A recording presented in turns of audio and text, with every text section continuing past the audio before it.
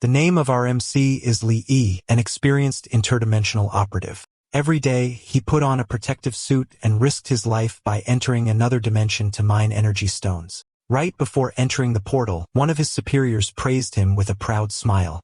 He acknowledged his good performance during the month, commenting that if he kept up this pace, he could pay off his parents' debt in approximately a year. Placing his hand on his shoulder, he mentioned that if Li Yi maintained this pace for another 3 to 5 years, he could even buy a small apartment. Li Yi began to show a forced smile, promising to work hard, although deep down he cursed this heartless capitalist. His real plan was to pay off the debt and leave. He had no intention of working another 5 years in this shitty job. You see, the radiation in other dimensions offered a 1 in 1,000 chance for an ordinary person to awaken as an advanced one, but it was also deadly. No one would choose to put on a suit and work in another dimension unless forced by life's own circumstances. The trucks began moving toward the portals. One of the men asked his friend if Li Yi was the guy he had talked about, the one whose parents had died in an accident 3 years ago, who not only received no compensation but also ended up with their debt. His friend nodded, explaining that NG Group had insisted that his parents caused a loss of $1 million.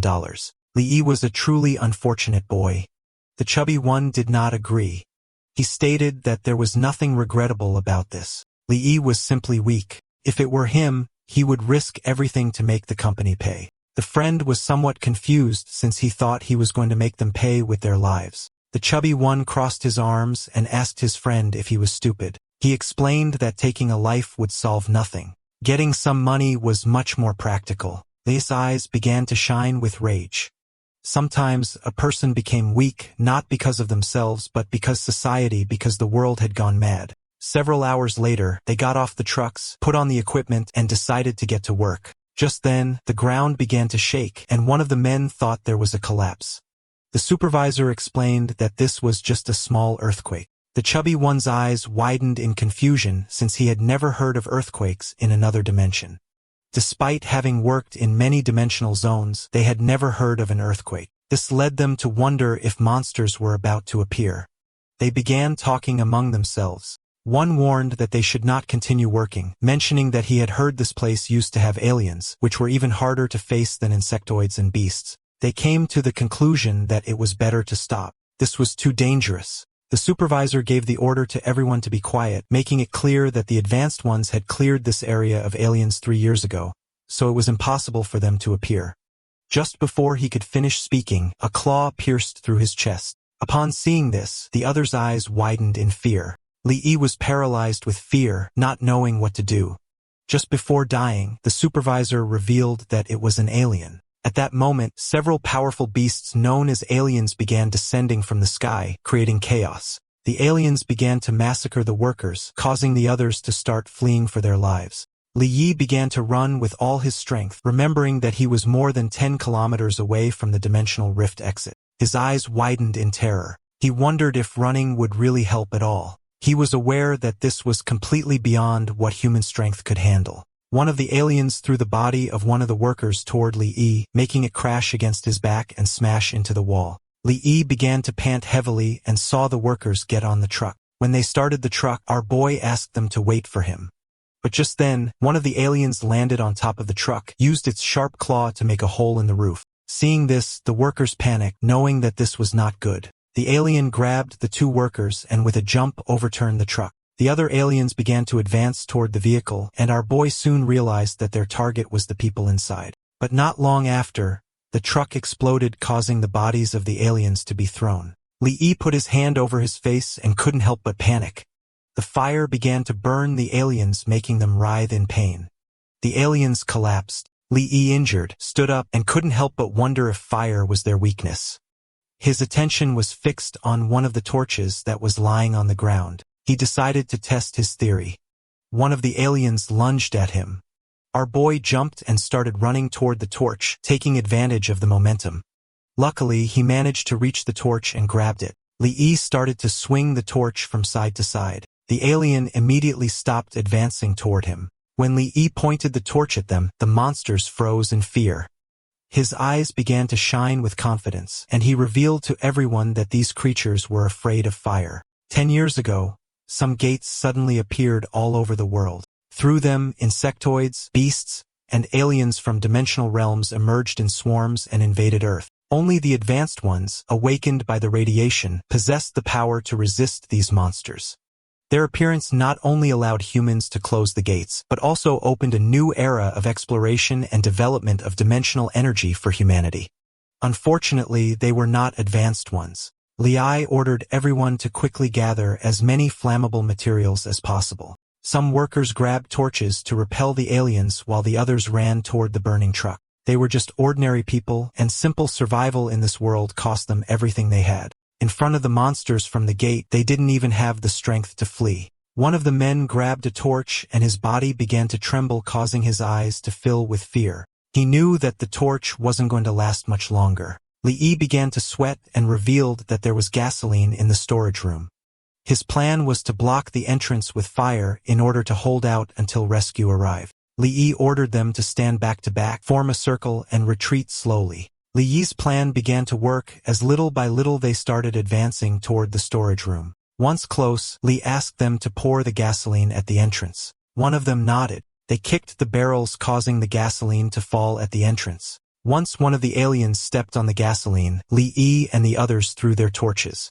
The torch made contact with the gasoline, creating a powerful flame which spread throughout the entrance, burning the alien. With a grateful smile, the old man placed his hand on Li's shoulder. As they caught their breath, they admitted that if it hadn't been for him, they would all be dead. They assured him that if anything happened, he only had to ask, and they would definitely help him. Li's attention was fixed on something, making him curious. In this room, there was a statue. Seeing Li's expression, the old man explained that it was discovered a long time ago in the mine shaft. He believed that Supervisor Wong planned to smuggle it out to sell it on the black market, and because of this, he had kept it here. Li began to observe carefully, realizing that the statue was very ancient. They belonged to Sector 7, and using the walkie-talkie, they asked when someone would come rescue them, revealing that they were under attack by aliens and urgently needed reinforcements. The rescue team reported that they had received their message. They were told that, for the moment, they should ensure their own safety as the rescue would arrive in approximately 2 hours. Upon hearing this, their eyes widened with fear, and when they asked if they could come earlier, the walkie-talkie signal was lost. They panicked, not knowing what to do. The situation was even more desperate since the power sources of their protective suits only had an hour and a half left. The fear of dying was palpable.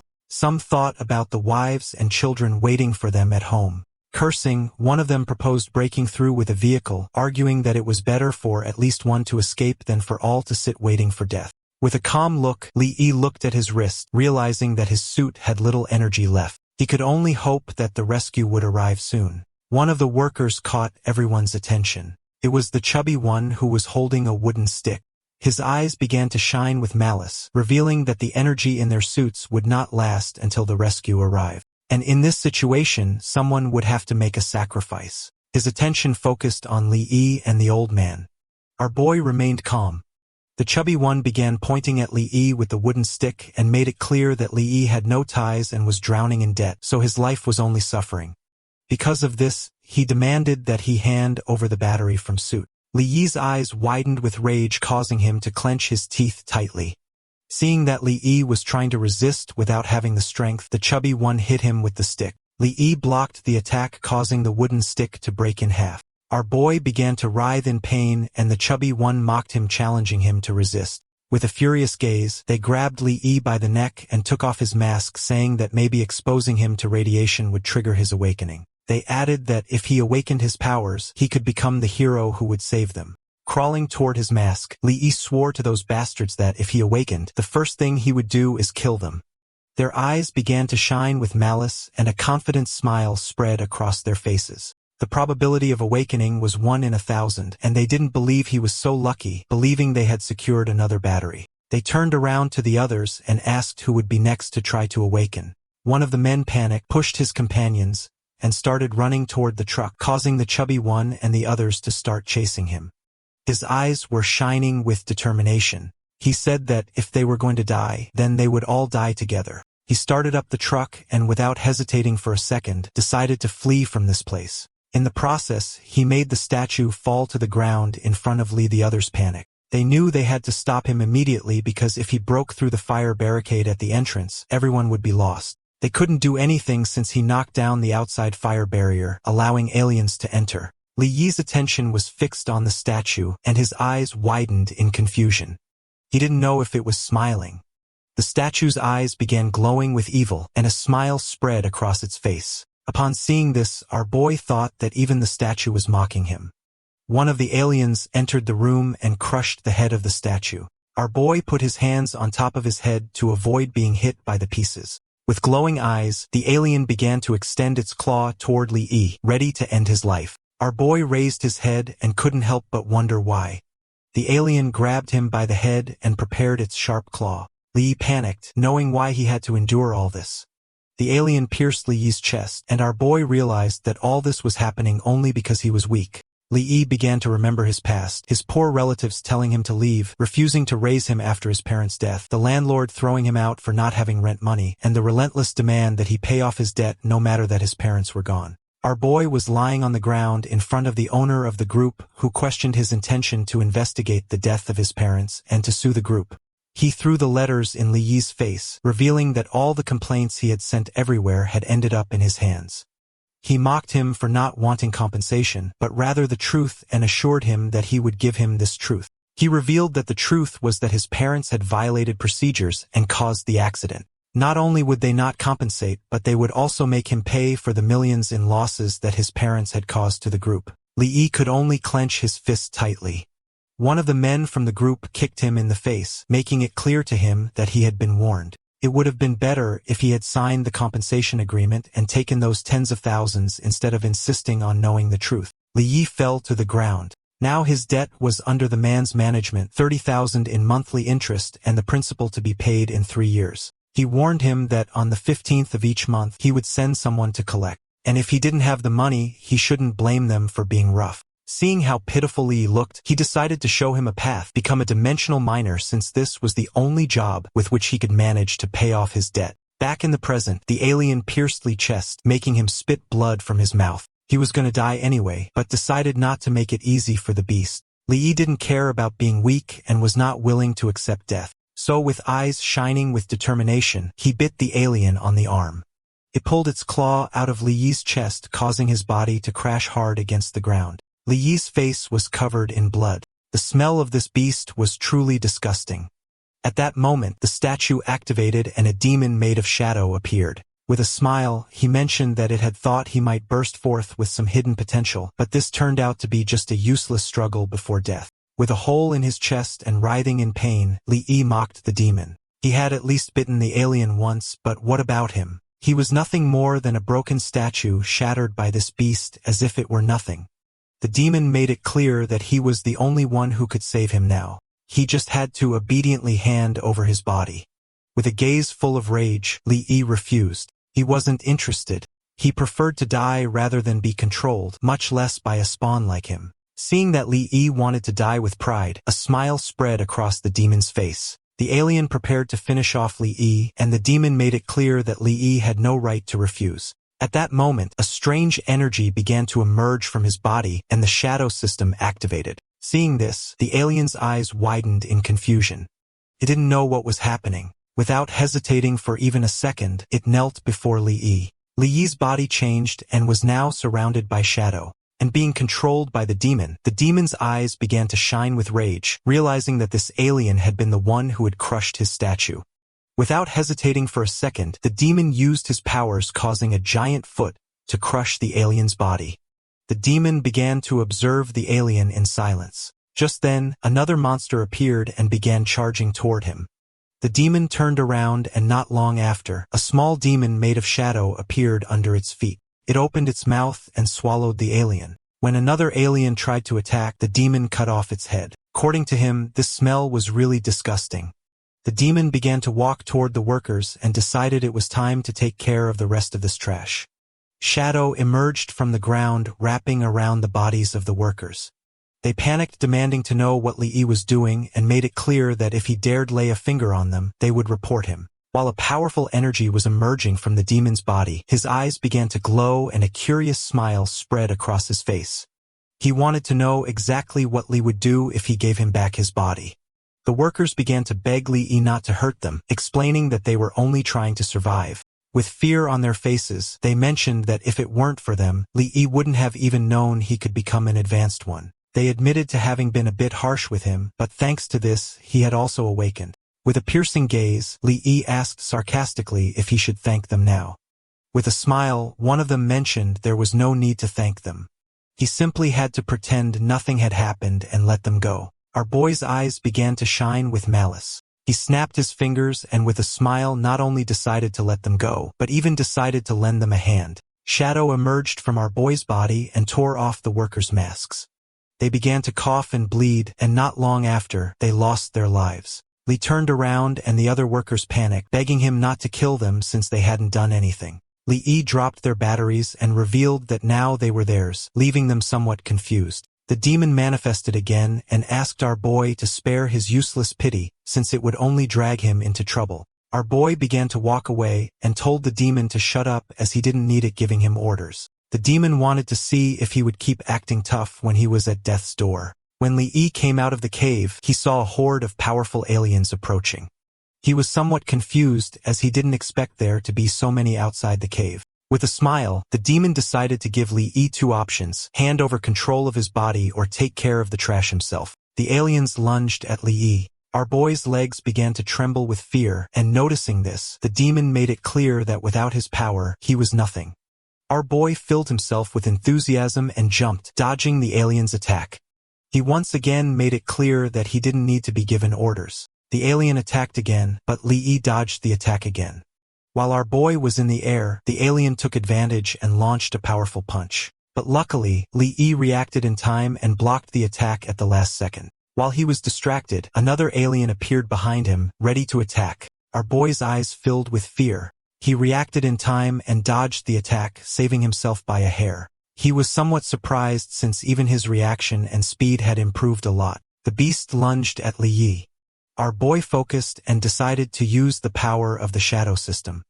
The demon mocked him, asking if this was all the power he had even after having linked with the shadow system. Li clenched his fist tightly and gave a powerful punch to the alien, making its body shoot out. His eyes widened in surprise. He didn't know why his power had increased so much. Despite having received the attack, the alien was still alive. Our boy realized that attacking only with his body was not going to do enough damage to them. He wished to have a weapon in his hands. Shadow manifested in his hand, and a dagger made of shadow appeared, leaving him in shock. The alien stood up and began to charge at him. Our boy decided to check if the dagger fit his hand. Li moved quickly, cutting the alien in half. Li's eyes filled with joy. Now he could kill aliens too.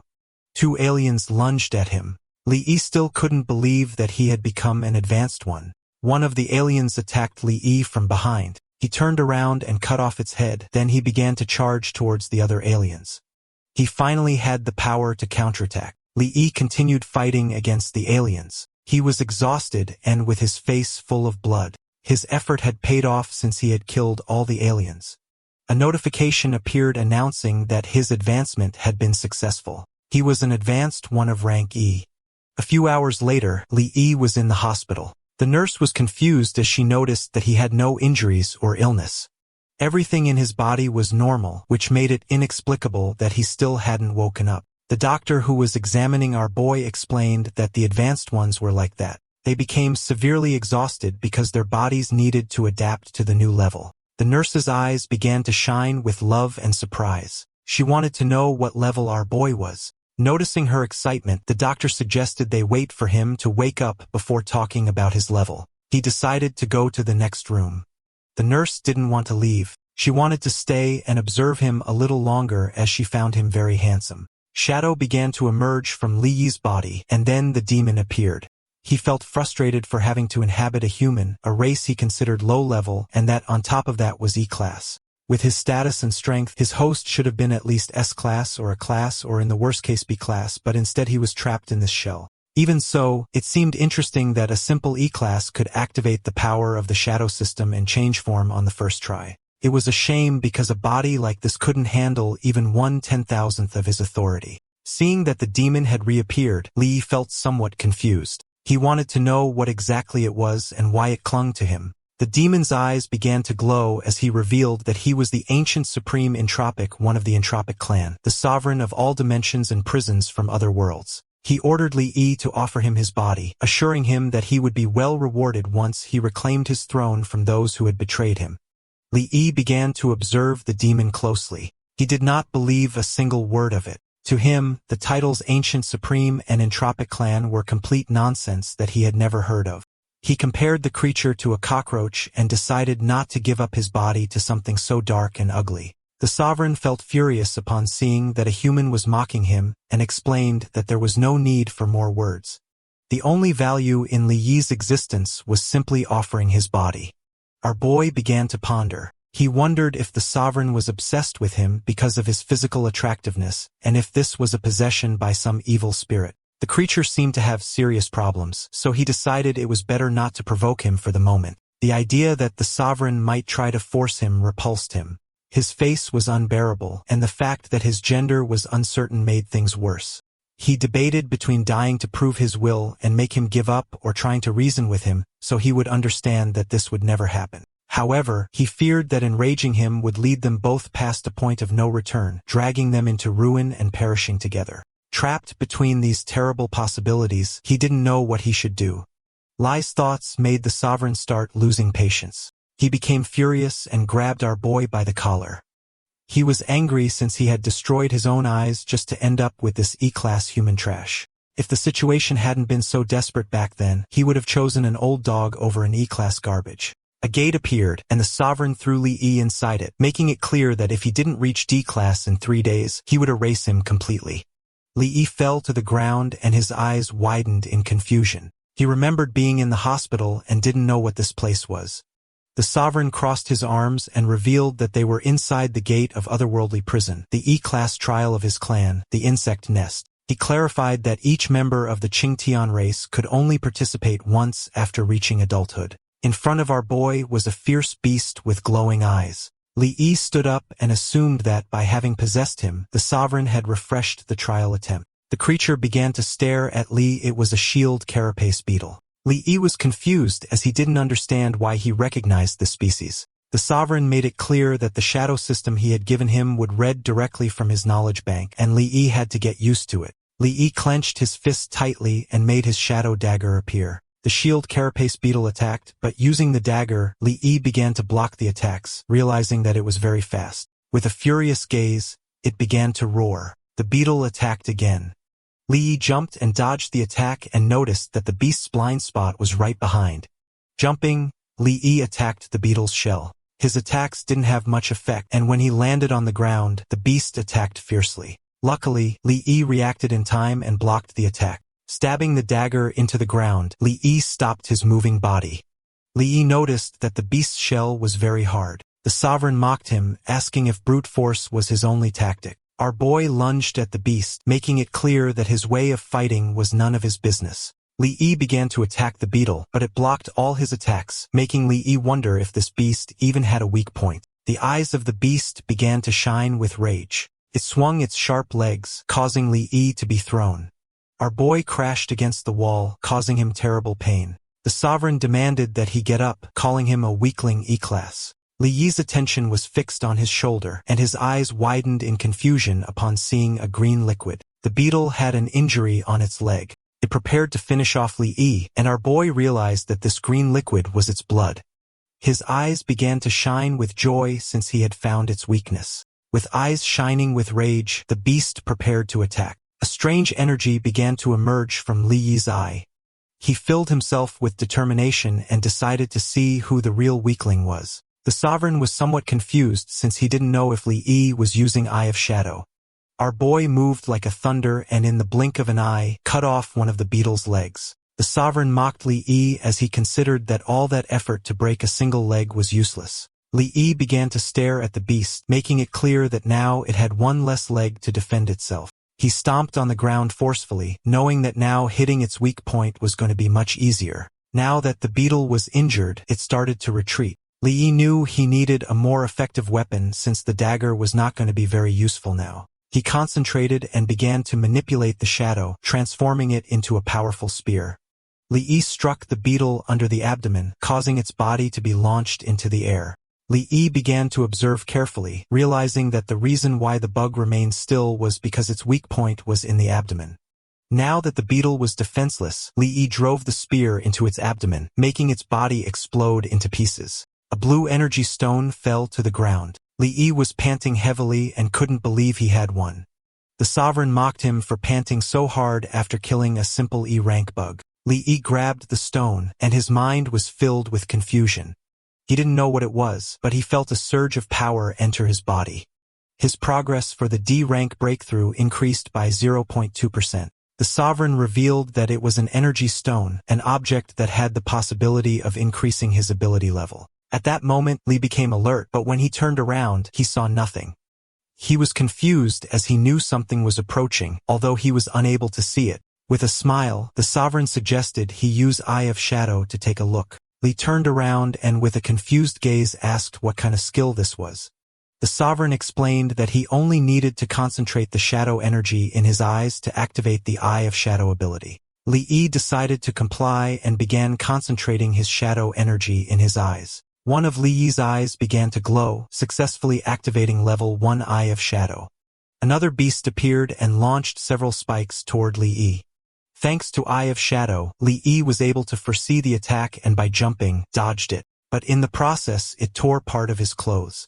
The spike hit the wall and poison began emerging from the impact area.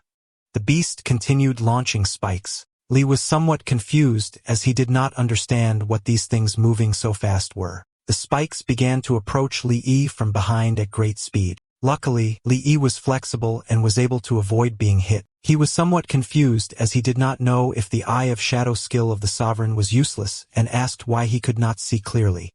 The sovereign made it clear that the skill was not useless, but rather that Li's strength was too weak. Upon hearing this, Li Yi felt furious and decided to gather more energy in his eye.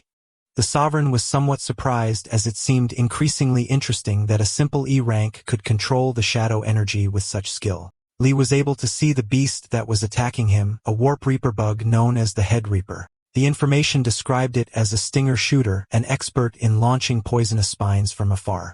Little by little, he was adapting to the knowledge bank. Li Yi clenched his teeth tightly and his eyes filled with fear. In the blink of an eye, dozens of beasts appeared. Our boy panicked, realizing there were too many.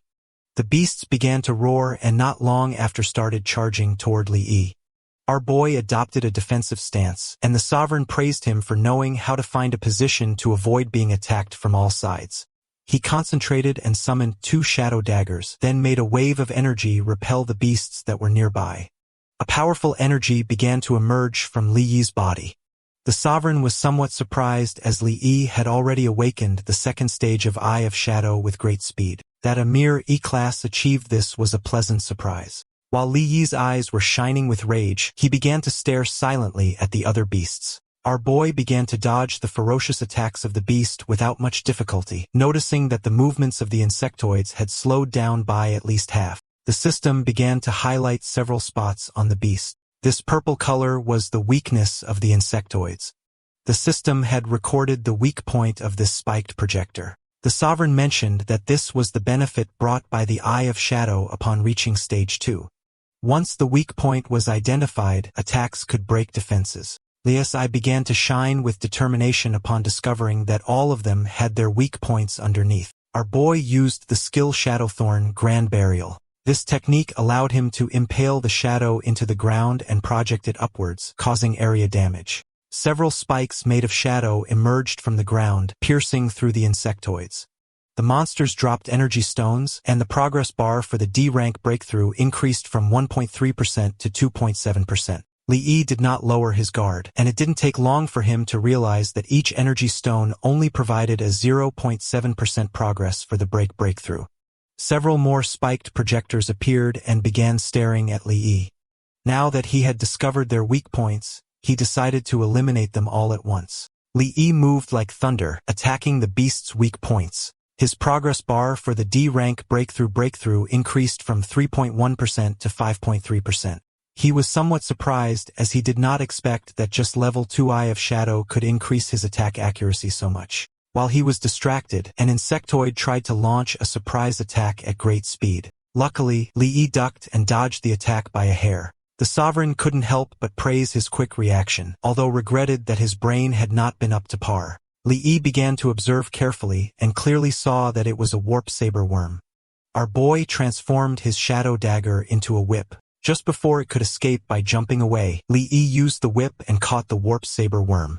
Now that it could not escape, without losing a second, Li Yi killed the beast using the other shadow dagger, and the system recorded the weak point of the warp saber worm. The warp reaper bugs launched their sharp stingers toward Li Yi. Our boy focused and using his power, transformed his shadow daggers into chain daggers, dodged the stingers, and cut the backsides of the beasts. His D-rank breakthrough progress had already reached 12.1%. Li Yi transformed his chain daggers into whips, which wrapped around the nearby beasts and made their bodies crash forcefully against the ground. The sovereign was pleased to notice that Li Yi was finally beginning to be worthy of him, even though his stance was a bit ugly. His D-rank breakthrough progress reached 34.2%. Li Yi obtained the gift of the Eye of Shadow, a gift that greatly enhanced his senses, reactions, strength, and control over shadow. At that moment, something strange happened, and Li Yi's eyes widened in fear. The sovereign revealed that, at the same time, the gift of the Eye of Shadow consumed immense mental power. This was the price it demanded in return. An E-rank remained an E-rank, and he had already reached his limit. Our boy's vision began to blur just now that he had finally obtained this power. One of the beasts attacked Li from behind, causing a deep cut. Li Yi's eyes began to shine with determination. He was not willing to fall here.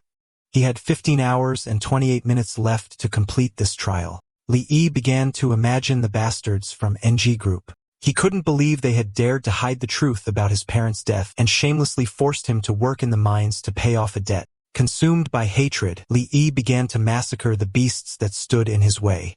All of this had happened to him just for being an ordinary person, but now that he had the power to change everything, he would not give up. He would get his revenge. His breakthrough progress bar went from 58.7% to 94.8%. Now he had 1 hour and 27 minutes remaining. Li Yi had massacred hundreds of beasts and was sitting on a mountain of corpses. He was willing to drag each one of those arrogant bastards to hell and force them to kneel before the graves of his parents to repent. His breakthrough progress bar had reached 95.4%, and now he had 2 minutes and 15 seconds remaining.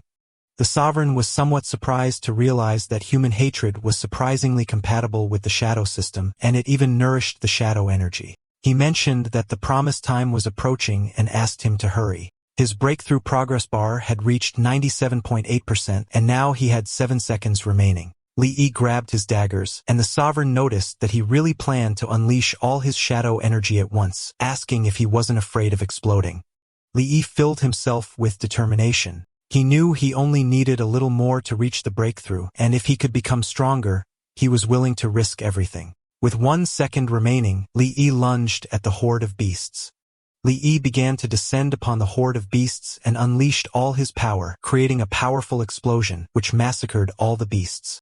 His breakthrough progress bar finally reached 100%, and he was promoted to level D. While the energy stones were floating around Li Yi, he wiped the sweat from his face. The sovereign, noticing that he had barely made it, considered that now he could call him Little D.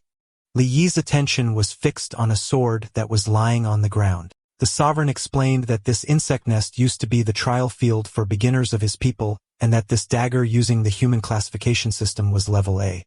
Li grabbed the dagger, not knowing why they called it that, since for him, this was a great sword, and he wondered if the sovereign's people were made up of giants. The sovereign made it clear that in comparison with his shadow power, these weapons were nothing. Using the power of shadow, Li stored the weapons in a system portal. Among them were the Fong Wolf dagger, the Reckless dagger, and the Black Gold dagger. The sovereign became somewhat curious. He did not know if Li Yi could use it in another way. Li Yi began to walk toward the portal, revealing that he intended to sell them. Li Yi began to show a smile, knowing that only advanced level D people could sell equipment, so his first stop would be the registration hall. Once our boy arrived at the registration hall, the woman revealed that although his body stats were good, there was no detectable energy fluctuation. And because of this, he was classified as level E. Li Yi couldn't help but panic and sweat since the records indicated that he was already registered as a minor, and advancing to level E meant 15% more pay. Li Yi left the registration hall thinking that the shadow system was unmatched. The sovereign made it clear that it was because humans could not detect shadow energy. Our boy realized that not being detected could be a good thing, but it would make selling equipment a little more difficult. A few hours later, hooded and with the sword behind his back, Li Yi arrived at the black market, the place where all shady deals happened. For the sovereign, black sounded perfect for the shadow system. Everyone's attention was fixed on our boy, realizing that he was wearing the mining air duct cloth and even gave off a smell of mineral dust. It was strange for them to see a miner in this place. Li Yi began to observe the weapons that were for sale in the place. According to the sovereign, humans were ridiculous for sticking gems to a piece of metal and calling it a divine weapon. The owner of the black market approached our boy and asked him to leave, questioning why a miner was barging into his shop, and warning him that if he dirted the merchandise, he wouldn't be able to pay for it. Li Yi questioned if this was the way he treated customers. The owner covered his nose. He questioned how Li Yi could be a customer with such a poor and ragged appearance, and was sure there was nothing in the store he could afford. Our boy unwrapped the sword and made it clear that he didn't like the store's merchandise. He was here for an appraiser to see how much his sword was worth. The owner's attention was fixed on a man and a woman. The woman named Su Qin, a civilian, asked Zhuahua, an advanced one of level D, why he had brought her to such a smelly place like this. Upon recognizing Zhua, the owner approached and, with a smile, greeted young Master Zhou, asking him if he had something good to sell that day. Zhou began to show a sword. He had obtained it that day at the gate of Otherworlds and planned to sell it to buy his girlfriend a new car. The owner's eyes widened in surprise as he realized that it was the Wind Howl sword. This weapon increased attack power by itself, which made it a highly coveted item for those of level D. Li Yi recognized Su Qin, making her feel somewhat surprised. She remembered the time he tried to win her heart by giving her flowers only for her to stomp on them. Back then, she had thrown in his face that his parents had died and questioned what he had done with the millions from the compensation. She called him a penniless loser who had lost everything and was now in debt, demanding that he stop looking for her and wasting her time. Zhuo didn't know if she knew Li Yi. Su Qin, showing a forced smile, denied knowing him, questioning why she would know about a low-level miner. She quickly suggested that maybe he was a fan, stating that being an online celebrity made it normal for people to recognize her. With an arrogant expression, Zhuo began to walk toward Li Yi.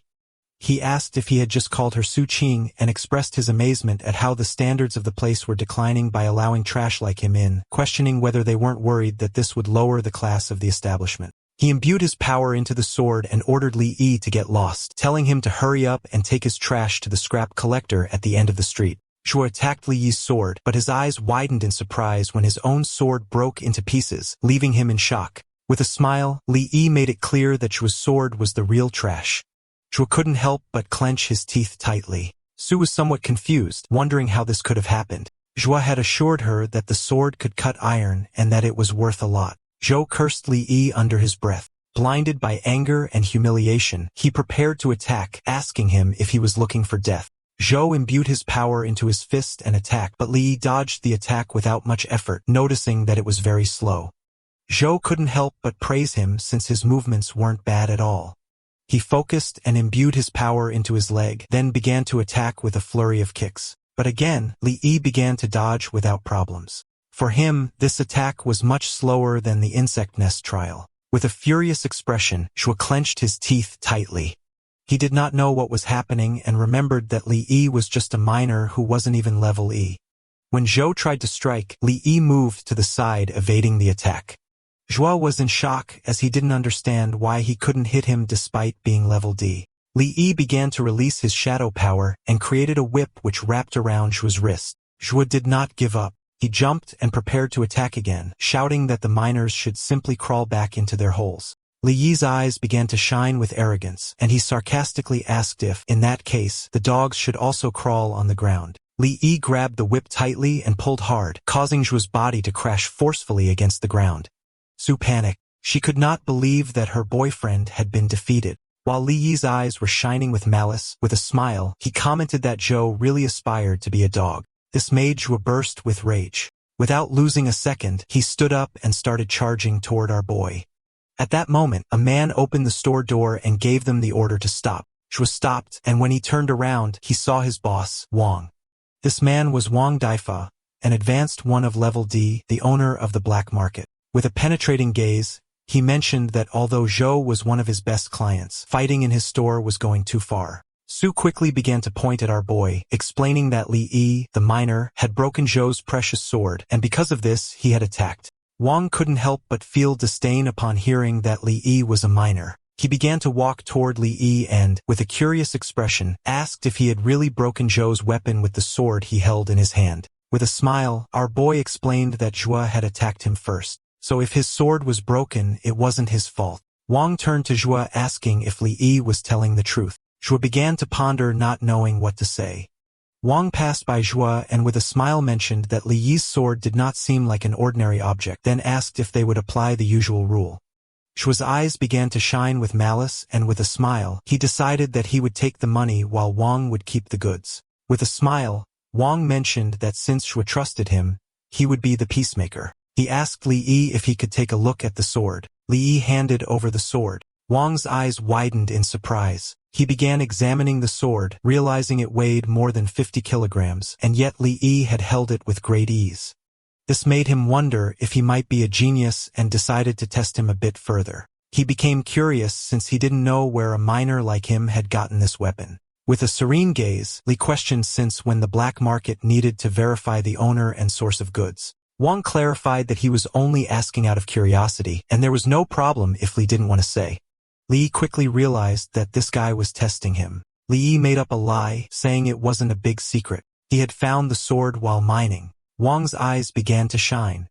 He no longer had any doubt that Li Yi really was a low-level miner. Wang began to examine the sword carefully, mentioning that it was quite sturdy but lacked additional properties, being worth at most a few $100. In contrast, Zhou's sword, if it hadn't broken, would have had a value of more than 2 million.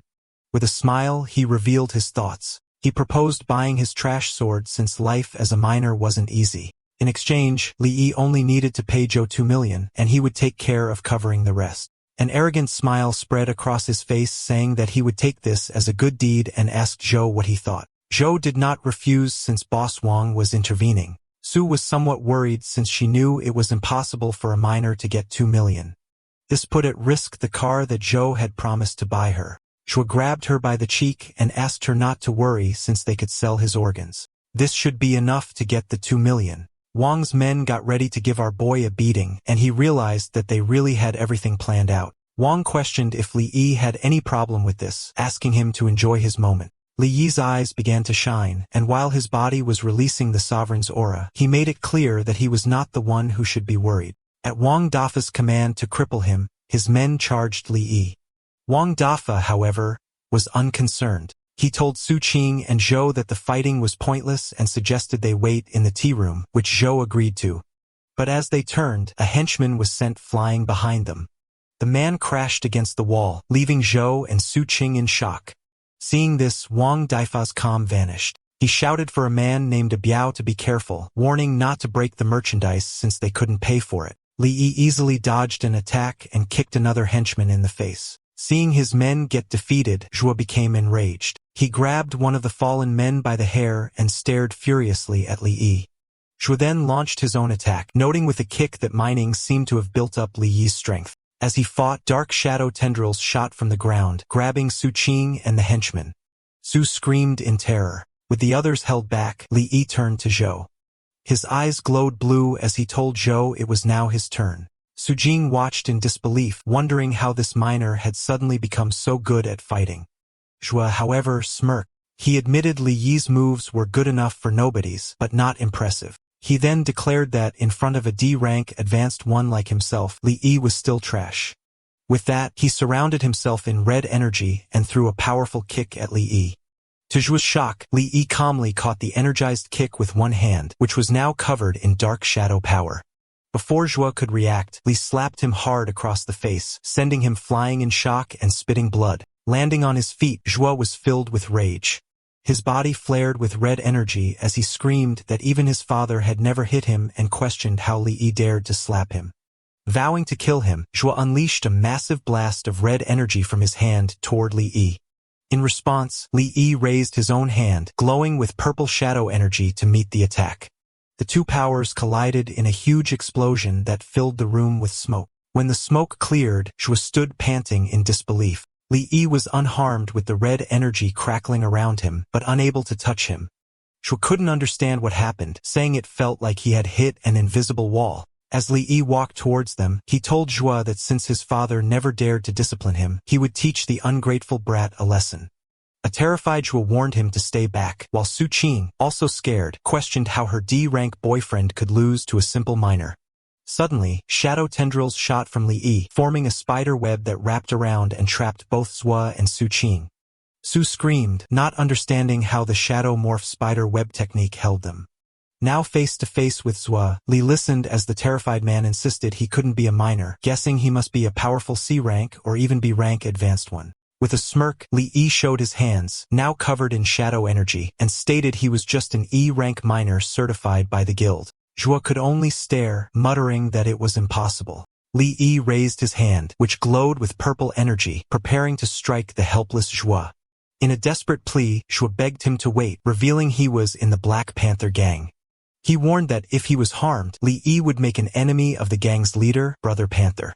With his eyes glowing, Li Yi asked if Xue meant the lone-sharking Black Panther gang. Thinking the threat worked, Xue proudly confirmed it. However, his pride was short-lived as Li Yi punched him in the face. Su Qing screamed while Xue cried out for Brother Panther. Without pausing, Li Yi followed with a kick that sent both Xue and the restrained Su Qing flying. The force left Xue coughing up blood. Looking down at the defeated man, Li Yi stated with cold fury that the thing he hated most was loan-sharking scumbags. At that moment, Wang Daifa, the shop owner, finally intervened. Filled with rage, he drew his large sword and charged at Li Yi, screaming for him to die. But Li Yi, surrounded by purple shadow energy, easily sidestepped. He told Wang Daifa to get lost and kicked him, sending the shop owner flying in pain. Xue, now terrified, changed his tone. He pleaded that it was all a misunderstanding and offered 100,000 yuan to be friends and drop the matter. Li Yi was unimpressed. He loomed over Xue and mocked if his face was only worth 2,000 yuan per slap. In terror, Xue shouted offers of 500,000 then 1,000,000 yuan, begging Li Yi to stop hitting him. Using his shadow tendrils like whips, Li Yi taunted Xue. He sarcastically asked if Xue enjoyed charging high interest, suggesting they play by his rules. He explained that the 50 slaps were just the interest and now it was time for the principal. Pushed to his limit, Xue held out a black VIP card, screaming that it was worth 5 million and was everything he had. Li Yi took the card and his eyes narrowed. He recognized the NG Group VIP card and realized these were the debt collectors who had forced him into the mines. In that moment, a plan formed. He would let Xue go and use him to lure out the real mastermind. As he pocketed the card, Li Yi reflected on how the Black Panther gang had extorted millions from him. He considered the money as returning to its rightful owner. With his decision made, the shadow tendrils receded. As Su Qing helped to batter Xue up, she demanded to know why he called Li Yi a mere minor. Xue snapped back, questioning how he was supposed to know Li Yi would become so powerful.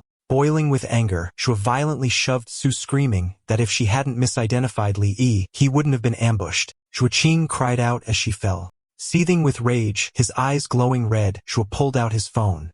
He vowed his money wouldn't be taken so easily and swore revenge. The scene shifts to a dark street where a formidable man, Brother Panther, stood over defeated bodies. His phone rang. On the other end, a desperate Xue wildly exaggerated the story, claiming someone stole a treasured sword meant for Brother Panther and had threatened their gang. With a sinister glint in his red eyes, Brother Panther ordered Xue to send him the man's information. After the call, one of Brother Panther's subordinates reported they had their target and asked what to do with the people they had just defeated. With a cruel smile, Brother Panther dismissively asked if his subordinates saw any people there. The red-haired man, his eyes also glowing, grinned and manipulated red energy threads, agreeing he saw no one. With a flick of his fingers, the threads sliced through the victims, killing them instantly. Brother Panther then nonchalantly mentioned the call from that kid Joe, remarking that it didn't matter to him whether Li Yi lived or died. Later, a hooded Li Yi was at the Advanced One's task hall looking at the mission board. A hall official approached and asked if he needed help. Li Yi lowered his hood, explaining he was an E-rank Advanced One looking for a suitable task. His E-rank status brought immediate ridicule from others in the hall. Two men mocked him, calling him E-rank trash and saying the lowest tasks here were D-rank. They asked if he was trying to get killed. The scorn continued with a red-haired woman calling E-ranks disgusting parasites who begged from higher ranks. The official, now less friendly, told Li to leave and wait outside for a team to pick him. Another person cruelly added that trash should stay with the garbage pile. As Li walked away, he checked his phone and found the 5 million yuan from Zhua was already gone, withdrawn by the loan sharks. Cursing in frustration, he knew his top priority was still finding a task. Just then, a high-heeled boot stepped into the hall, grabbing everyone's attention. A wave of pressure washed over the room, and the same people who had mocked Li were now frozen in terror. The intense pressure forced everyone back. The crowd recognized the overwhelming aura of at least a B-rank advanced one, a power so strong they couldn't move. The source of this power was a stunning woman with long white hair, wolf-like ears, and piercing red eyes surrounded by a red and black aura.